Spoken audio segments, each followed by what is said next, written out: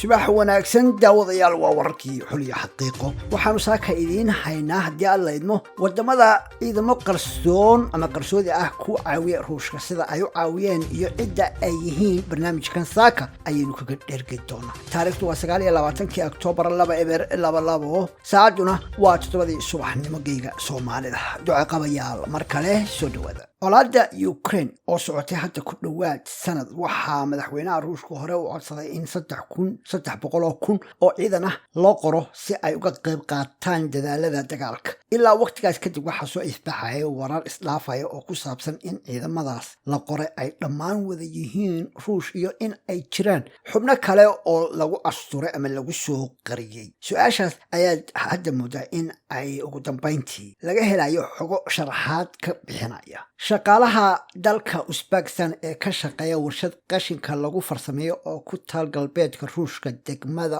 Oryol kuwaas oo loo dhiibay ogeysiisyada abaabulka laguna amray inay yimaadaan goobta askariyeenta deegaanka ayaa tuunkii ugu horreeyay shaarka ka saartay amaba cumaamada ka tuurtay baa la odhan karaa shaqaalahaas ayaa madaxweynahooda ka codsaday caawimo sida ay ku warantay warbaahinta dalka Uzbekistan Moscow ayaa bilowday ololaha abaabulka oo ah kii ugu horreeyay tan iyo dagaalkii labaad ee adduunka bishii hore iyadoo ololahaas military ee Ukraine uu gaadhay meeshii ugu dhiigdaadiska badneed ciidamada ruushka ayaa bilaabay inay 100,000 oo askari ku soo daadgureeyaan goobaha dagaalka ugu ba'ani ka socdo oo hadda ah degmada Kherson halkaasoo la filayo in dagaalkii ugu xumaa ama ugu weynaa uu ka dhici doono maalmaha soo socda sida laga soo xigtay warbaahinta Stoki mas'uuliyiinta Oryol waxay u direen ogeysiis cusub oo abaabul usbuucan oo ay ku jiraan 5,000 oo shaqaalaha xarunta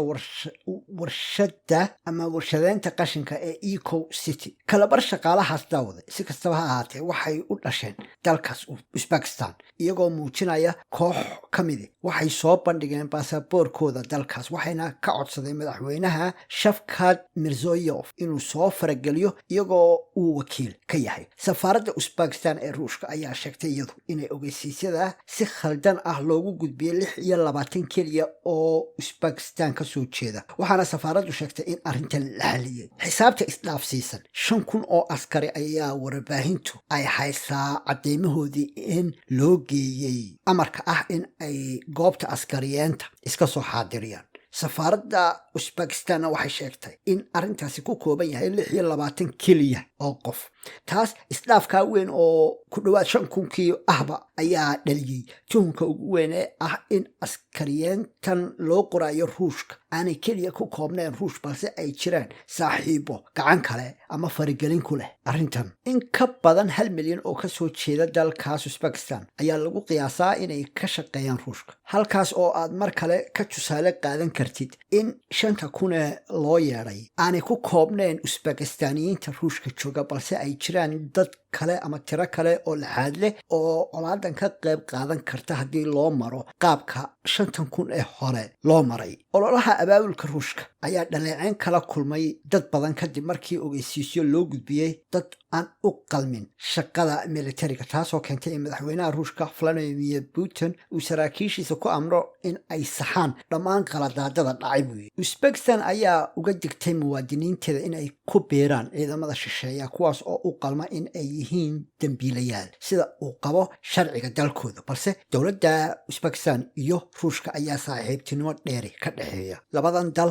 ayaa ka wada tirsanaa midowgii Soofiyeed sidoo kale waxay ilaa hadda ka wada tirsan yihiin ururo dhowr ah sida ka Shangani CSI Caucasus Group iyo dhowr kale shakiga ah in ciidamo qarsoodi ah ay ruushku ku taageereen ayaan ku koobnayn Uzbekistan waxa kale oo tuunkaasi uu soo gelaya wadanka Belarus madaxweyne Viktor